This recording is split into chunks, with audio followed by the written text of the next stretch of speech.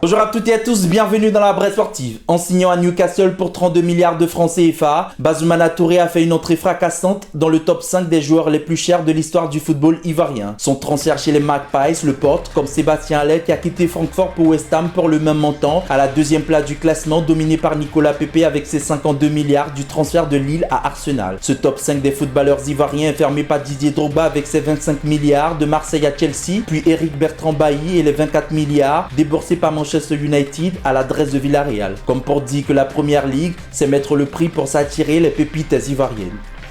L'élimination du Portugal par l'Espagne en 8e de finale de la Coupe du Monde 2026 a suscité de nombreuses railleries à l'endroit de Cristiano Ronaldo. Parmi elles, celles de Kei Poké, artiste zouglou ivoirien, ne sont pas passées inaperçues dans le camp des fans de Lionel Messi qui ont dit espérer des performances de Patrick Zabi, son fils adoptif, meilleures que celles de la star portugaise. Et ce, dès la saison prochaine dans le championnat français. Une pression sur le jeune milieu de terrain ivoirien que Kei Poké a essayé de désamorcer en brandissant Patrick Zabi comme fan de Cristiano Ronaldo. Une sortie qui a pour but de faire baisser la tension autour de l'international U23 qui s'apprête à faire ses débuts avec le Paris FC et certainement avec les éléphants dans le cadre des éliminatoires de la CAN 2027.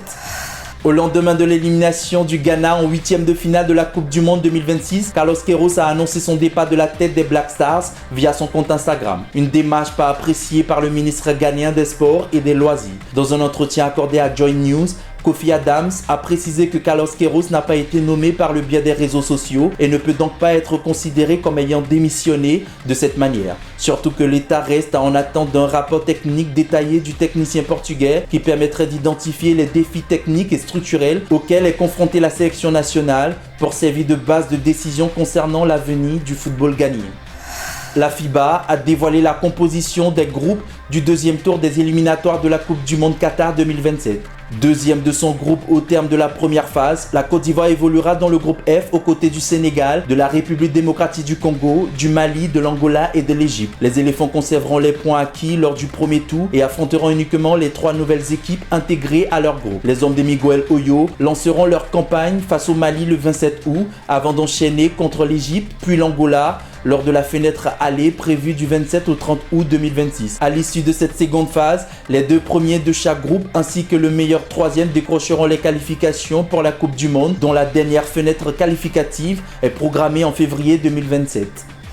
À un mois de la Billie Jean King Cup et de la Coupe Davis, les sélections ivoiriennes de tennis poursuivent leurs préparations à Monastir en Tunisie. Depuis le 10 juin, plusieurs internationaux dont Nadal Kofi, Oami Francky Martial, Sadio Koulibaly et Jores Kwame suivent un stage intensif mêlant entraînement et compétition sous la direction du coach Ilou Lanfo.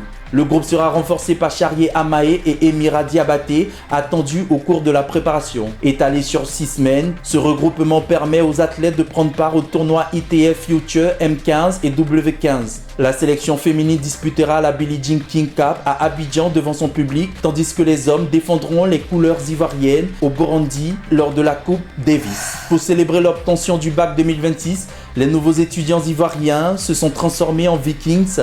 L'élimination de la Côte d'Ivoire face à la Norvège en 16e de finale de la Coupe du Monde 2026 semble loin derrière.